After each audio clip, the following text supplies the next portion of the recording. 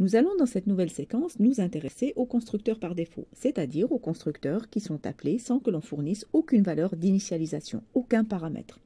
Nous allons également nous intéresser à ce qui se passe si dans une classe, on ne définit aucun constructeur explicite.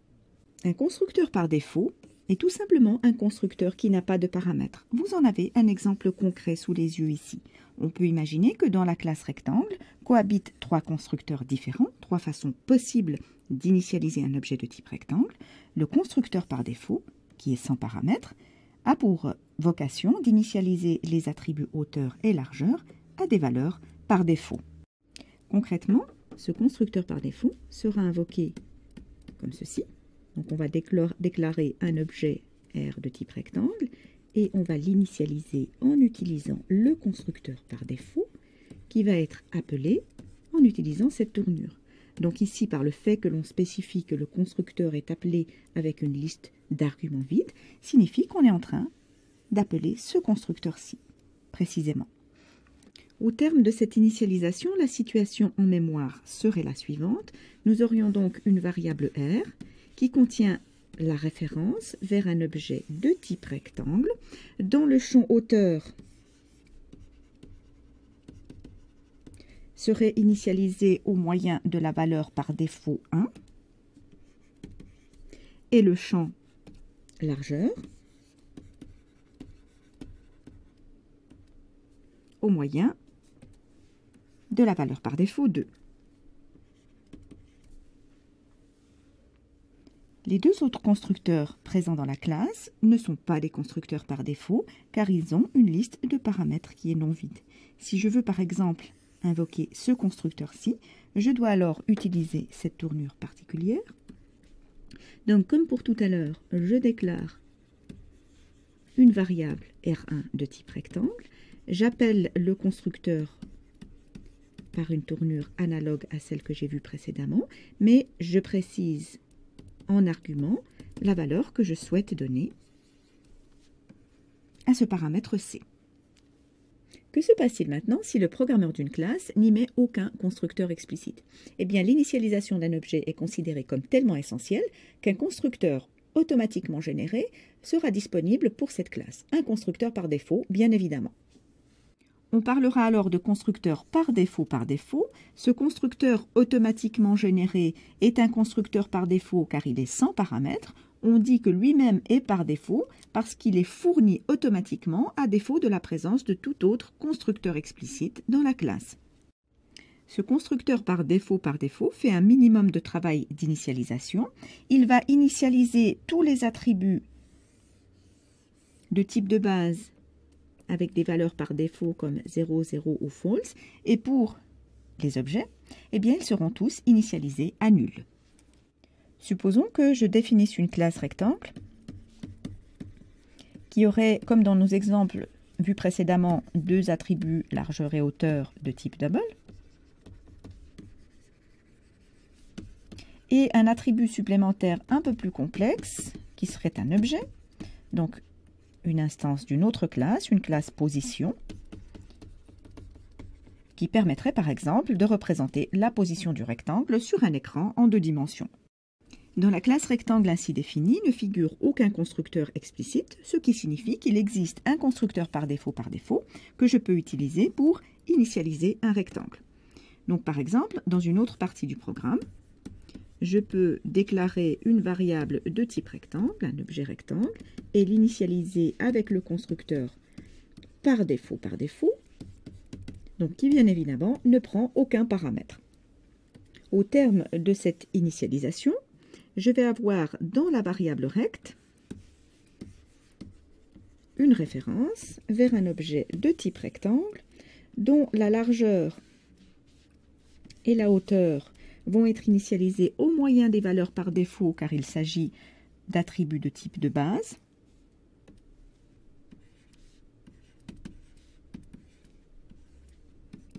Donc la largeur et la hauteur auront la valeur 0. Et la position,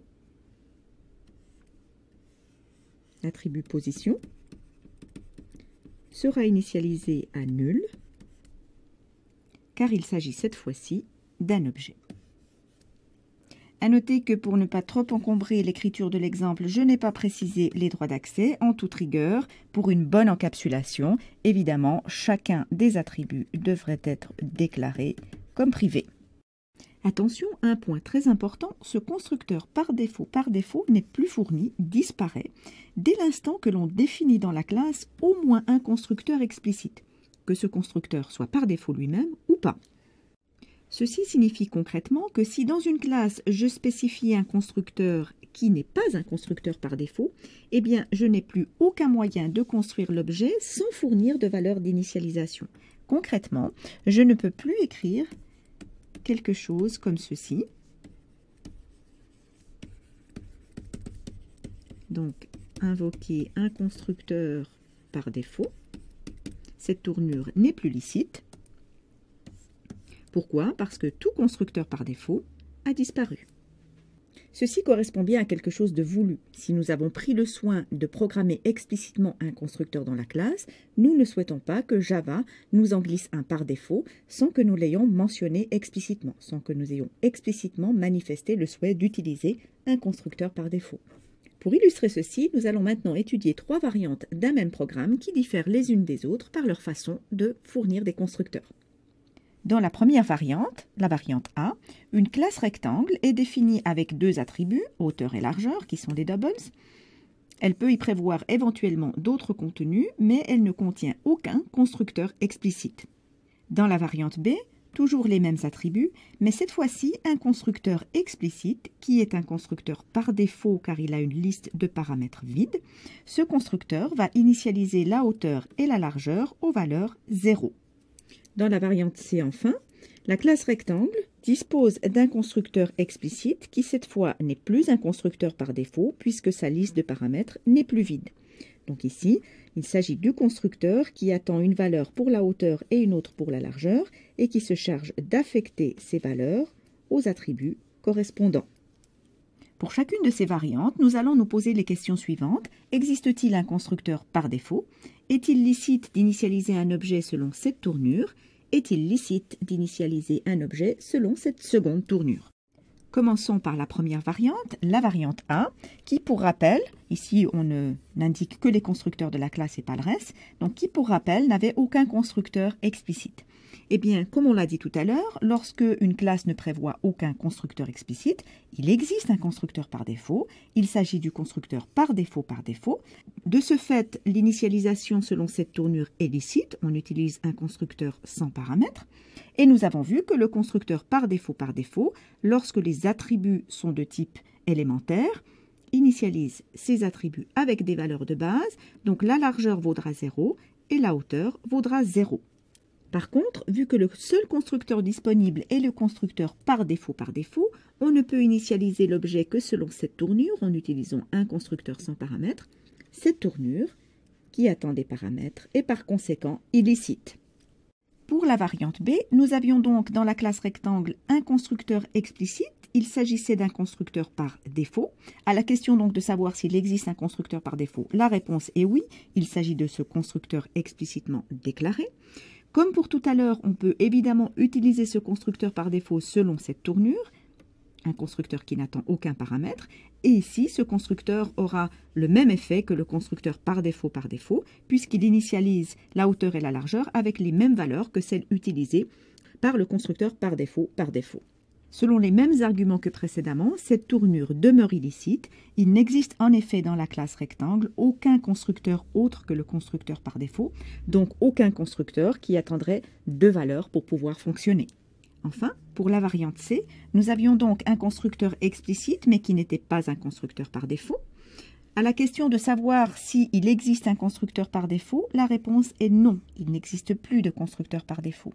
Pourquoi?